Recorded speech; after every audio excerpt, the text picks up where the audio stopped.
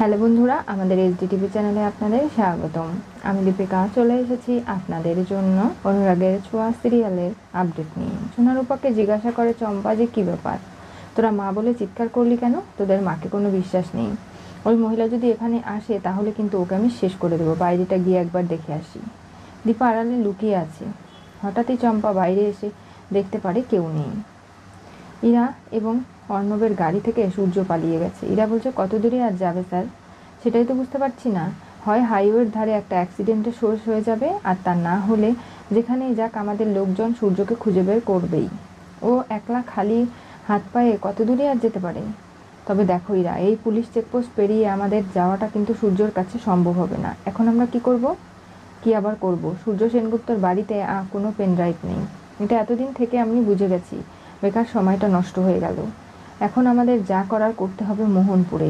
এই কথাটা আমাদের মাথায় এতদিনে কেন আসেনি? তার মানে যে বাড়িতে আমার সঙ্গে সংসার করতো সূর্য, মোহনপুরে, নিশ্চয়ই সেখানেই থাকবে পেনড্রাইভটা। কারণ তার জন্যই হয়তো এতদিন ধরে আমরা খোঁজাখুঁজির পরেও পেনড্রাইভটা পাইনি। আর সেটা না পেলে সূর্যকে হাতছাড়া করে দিলে আমাদের দলের লোক আমাদের কিন্তু বাঁচতে দেবে না। যেভাবেই হোক না কেন আমাদের একেবারেই শেষ করে ফেলবে।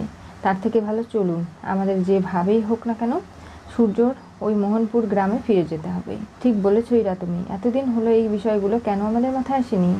দীপা হঠাৎ করে কিছু একটা হাত থেকে তার পড়ে যায়, শব্দ হয়। তখনই চম্পা সামনে চলে আসে, বলে, ও তুই ওই মেয়ে দুটোর ঠেটিয়া মা তাই না? এখানে পর্যন্ত চলে এসেছিস, চল আজকে তোকে দেখাচ্ছি মজা। কে এরকম করবে বলতো?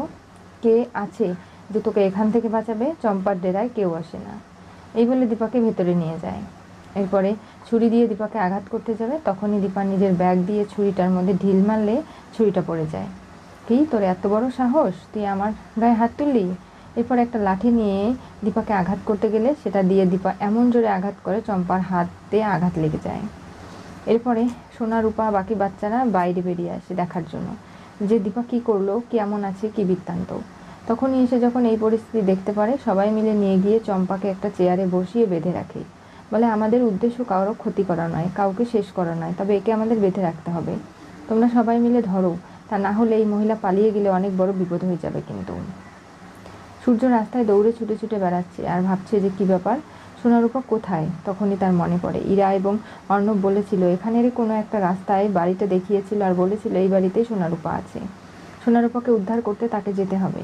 সে একলা হাঁটতে হাঁটতে অস্থির হয়ে উঠছে, কি করবে বুঝে উঠতে পারছে না। তখনই দেখতে পারে একটা গাড়ি আসছে পেছন থেকে। সূর্য লুকিয়ে পড়ে, আড়ালে চলে যায়। সেই গাড়ি থেকে কয়েকজন গুন্ডা নেমে চারদিক খোঁজাখুঁজি করছে, সূর্যকে কোথাও দেখতে পায় না। ইরা যখন ফোন করে যে কী ব্যাপার, তোমরা সূর্যকে পেয়েছো? না। কোনো রাস্তা অ্যাক্সিডেন্ট হয়েছে? না তো। ওকে চিরুনি তল্লাশি করো, কোনো ঝোপ ঝাড় জঙ্গল কোনো কিছু বাদ দেবে না। সূর্যকে কোথাও না কোথাও থেকে আমাদের খুঁজে আনতেই হবে, এটা নিশ্চয়ই বুঝতে পারছো। আর আমরাও যাচ্ছি মোহনপুরে। ওকে পেয়ে গেলে তুমি সেখানেই ওকে নিয়ে চলে এসো, কারণ ওই পেনড্রাইভটা অ্যাক্টিভেট শুধু সূর্যই করতে পারবে। ওকে আমাদের হাতছাড়া করলে কিন্তু চলবে না। আমাদের মিশনের সমস্ত কিছু সফলভাবে তৈরি করা রয়েছে, শুধু ওর অপেক্ষা করছি। দেখলেন তো স্যার, আমরা বেকার এতদিন সেনগুপ্ত পরিবারে ছিলাম, তবে একটা জিনিস লক্ষ্য করেছেন, দীপার মাথাটা কিন্তু খুব শার্প।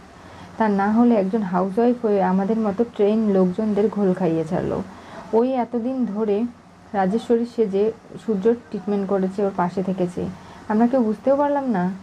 আর ওই চিপটা দীপার হাতে লাগানো ছিল, ওটাও কাকে দিয়ে চলে গেল, যার কারণে নেটওয়ার্কটা ওখানেই দেখাচ্ছিল। আমি যখন ঘরে গিয়েছিলাম তখন ভিক্টরকে দেখতে পেরেছি, তার মানে ভিক্টরের হাতে ওই চিপটা দিয়েও চলে গেছে। এরপরে একবার খালি সূর্যকে পেয়ে যাই, তারপরে ভিক্টর, দীপা, বাকিদেরকে দেখছি। আগে আমাদের মিশনটা কমপ্লিট হোক, এরপরে।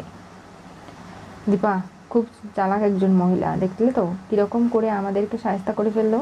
আমি ভাবতেও পারিনি ওর মতো একজন হাউসওয়াইফের কাছে আমরা এরকম করে নাকানি চোবানি খাবো। সূর্য রাস্তায় একজন ভ্যান চালককে পেয়ে যায়, বলে, কাকু তুমি মাল নিয়ে যাচ্ছ, আমাকে একটু সামনে নামিয়ে দাও না গো। কেন, কোথায় যাবে তুমি? আমার সোনারূপা, ছোট ছোট বাচ্চা, আমার বন্ধু, ওরা হারিয়ে গেছে, ওদের খুঁজে পেতে হবে তো।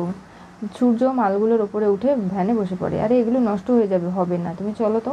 এরপরে মাথায় গামছা বেঁধে নেয়, হাওয়া খেতে খেতে সুন্দর মতো চলে যাচ্ছে, আর এদিক ওদিক তাকাতুকি করছে, ভাবছে কোন বাড়িটা মনে করতে পারছে না। এরকম করে সূর্য হাত পা গুটিয়ে বসে নেই, সোনারূপাকে খোঁজার জন্য বেরিয়ে পড়েছে। লাবণ্য সেনগুপ্ত বাড়িতে এসে যখন জানতে পারে সূর্য নেই, ডাক্তার সান্যাল এসে জানে যে সূর্যকে এরা নিয়ে গেছে, তখনই সে অবাক হয়ে যায়। বলে আপনারা এতদিনেও বুঝতে পারলেন না যে ওই মেয়েটা ভালো নয়, কোনো উদ্দেশ্য নিয়ে এসেছে। দীপা রাজেশ্বরী সে যে এই বাড়িতেই থাকলো, আপনারা কি তাও এতটুকু নিজেদের পরিবারের মানুষকে চিনতে পারেননি? সূর্যকে ভালো রাখার জন্য, বিপদমুক্ত রাখার জন্য এইসব কিছু। অথচ আজকে আপনারা আমাকে একটা ফোন করলে তো পারতেন, আমাকে জিজ্ঞাসা করলেন না। আমার নার্স এখানে নেই, তারপরও আপনারা কি করে ইরার হাতে ছেড়ে দিলেন সূর্যকে? এটা আপনাদের করা কিন্তু উচিত হয়নি। যা ভুল হওয়ার হয়ে গেছে, এখন যদি কোনোভাবে তাকে শুধরানো যায়, আর সেটা করতে গিয়ে সূর্য তার আগেই বড় বিপদে পড়ে যায়, তখন কি করবেন আপনারা? লাবণ্য বন্দুক আনতে যায়, বলে যারা আমার ছেলে মেয়েকে এরকম করে ক্ষতির সম্মুখীন করছে তাদের আমি বাঁচতে দেবো না, তাদের শেষ করেই ছাড়বো। লাবণ্য, এসব কি করছো? ছাড়ো ওটা। না, ঠিক আছে, তা না হলে আমি নিজেকে শেষ করে দেই। এইসব কিছু আমি আর সহ্য করতে পারছি না। প্রতিনিয়ত সেনগুপ্ত পরিবারে একের পর এক বিপদ এসেছে, দীপা একলা সামলেছে, এবার আমার ছেলেটাও সুস্থ নয়, ওকে নিয়ে চলে গেল ইরা। আমি বলেছিলাম তো বালক, ওই মেয়ে ভালো নয়। তুমি বারবার ওকে বিশ্বাস করলে, এখন ওর ফোনটা কেন বন্ধ পাচ্ছ তুমি? কেন ও তোমাকে কোনো কিছু জানালো না? একবারও ভেবে দেখেছো? তোমার ভাইকে সুস্থ করার থেকে ওরা নিয়ে চলে গেল, আরও সুস্থ করবে। এরা আমাকে বলল যে কোনো একটা সিকিউরিটিপূর্ণ জায়গায় সূর্যকে নিয়ে যাবে, আর সেটা কি সেটা আমি জানি না, তবে ওর কথা বিশ্বাস করাটা আমারও হয়তো উচিত হয়নি। ভিক্টর নানাভাবে বন্দুকটা কেড়ে নেয় লাবণ্যর কাছ থেকে, বলে বড় মা, এগুলো করবেন না। পরিবারের সবার মুখের দিকে তাকিয়ে আপনাকে তো সবাইকে নিয়ে চলতে হবে, আপনাকে এরকম ভেঙে পড়তে কখনো দেখিনি। বৌদি, তুমি চিন্তা করো না, সব কিছু ঠিক হয়ে যাবে। আমি বলি কি, আজকে বিপদনাশিনী পুজো, চলো দিদি আমরা সেটা করি, দেখবে আমাদের ছেলেমেয়েগুলো ঠিক থাকবে, কোনো বিপদ ওদের আজ করতে পারবে না। কোনো না কোনোভাবে মা তাদের রক্ষা করবেই, আর তার জন্য আমাদের এই কাজটা করতে হবে। হঠাৎ করে প্রবীরের বুকে ব্যথা করে, সে অসুস্থ হয়ে যেতে লাগে। ডাক্তার সান্যাল তাকে দেখে আর বলে বিশ্রাম নিতে। এগুলো চিন্তা টেনশন তার করা চলবে না, এখন বয়স হয়ে গেছে তো, এত কিছু করলে কি করেই বা বাঁচবে সে। আর দীপা যখনই অন্যান্য বাচ্চাদের নিয়ে বেরিয়ে যেতে চায়, তখন বলে যে না, এখানে আরও 4 জন ছিল, ওরা নেই। সোনারূপাও বলে যে আমরা ওদেরকে ছেড়ে যাব না মা, আর আমিও ওদেরকে রাখবো না এখানে, কারণ আমি একটা মা হয়ে অন্য একটা মায়ের কোল খালি হয়ে যাবে সেটা আমি ভাবতে পারছি না। আমি আমার 2 সন্তানকে নিয়ে চলে যাব না, ওদেরকেও খুঁজতে হবে আমাদের। এরপরে দীপা চম্পাকে চেয়ারের সঙ্গে হাত পা বেঁধে রেখে খোঁজাখুঁজি করতে শুরু করে। একটা ঘরের দরজায় তালা বন্ধ দেখে বাহির থেকে। সেখানে গিয়ে দীপার মনে হয় তার মানে এখানেই আছি। দীপা গিয়ে তালাটা ভাঙার চেষ্টা করে, অনেকক্ষণ বাদে তালাটা ভেঙেও যায়। সব বাচ্চাগুলোকে একত্রে করে, বলে চলো আমাদের এবার যেতে হবে, এখানে থাকলে চলবে না সময় নষ্ট করলে। ঠিক তখনই সামনে থেকে কুমার চলে আসে তার ভাড়া করা গুন্ডাদের নিয়ে। বলে কি ব্যাপার দীপা, তোমার আমি পাকা ধানে মই দিয়েছি, তুমি যখনই আমি কোনো ব্যবসা করতে যাই, যাই কিছু করি, তুমি আমাকে আটকে দাও কেন? আমার মুখের খাবারগুলো এরকম করে তুমি কেড়ে নাও, আমি তো সেটাই বুঝতে পারি না। কি বলছেন কি আপনি? হ্যাঁ, আপনি কি মানুষ? এরকম পশুর মতো আচরণ করছেন এতটুকু বয়সী এগুলো বাচ্চাদের সঙ্গে, আপনার লজ্জা করছে না? আমি ওদের এখান থেকে নিয়ে যাব, আপনি ওদের কোনো ক্ষতি করবেন না, ঠিক আছে? ওদের আমি এতটুকু কোনো ক্ষতি করব না, গায়ে আঁচ দেব না। ওদের তো একটু পরে ভিনিশ হয়ে যেতে হবে, কারণ আসছে গাড়ি ওদেরকে নিয়ে যাওয়ার জন্য। তুমি তো রক্ষা করতে পারবে না দীপা, আমি বলছি আমাকে রেখে ওদেরকে নিয়ে যান। এটা কি বন্ধকি ব্যবসা শুরু করেছে নাকি? তোমার মতো একজনকে রেখে ওদের আমি ছেড়ে দেবো মানে? কাউকে ছাড়বো না, সবাইকে আজকে এমন ব্যবস্থা করব তুমি শুধু দেখো। কি ভেবেছো দীপা, তুমি এখানে এসে সাহসিকতার প্রমাণ দেখাবে? একসঙ্গে সমস্ত শক্তি তোমার মধ্যে কাজ করে, সেটা তুমি আমাকে বোঝালেই বুঝবো। দীপা মুখে থু দেয়, কয় এত বড় সাহস, বাঘের গুহোয় এসে বাঘকে এরকম করে অপমান করা? তার ফল কিন্তু দীপা ভালো হবে না। আমি শুধু দেখছি লাবণ্য সেনগুপ্তর বাড়ির বউ আর নাতনিদেরকে এরকম জায়গায় তাদের আসতে হলো। এখন এই পরিস্থিতি থেকে তো আপনারা কখনোই বেরোতে পারবেন না, শুধু দেখার পালা যে কি ঘটে এবার। সূর্য বাড়ি চিনতে চিনতে এখানে চলে আসে। চম্পার হাত পা বাঁধা ছিল, সেটা খুলে চম্পাকে কাছে আনা হয়। এমনকি কুমার নানাভাবে বন্দুক তাক করে। তখনই সূর্য দৌড়ে ছুটে চলে আসে ভেতরে, বলে সোনা রূপা, তোমরা ঠিক আছে তো? আরে বাবাকে ঠিক হয়ে গেল নাকি? এরকম করে কথা বলছে। তখনই সূর্য স্মৃতি ফেরেনি, সে সোনারূপাকে খুব ভালোবাসে, সেটা সে জানে, বোঝে, তাই সে বাঁচাতে ছুটে চলে এসেছে। যখন বন্দুক তাক করে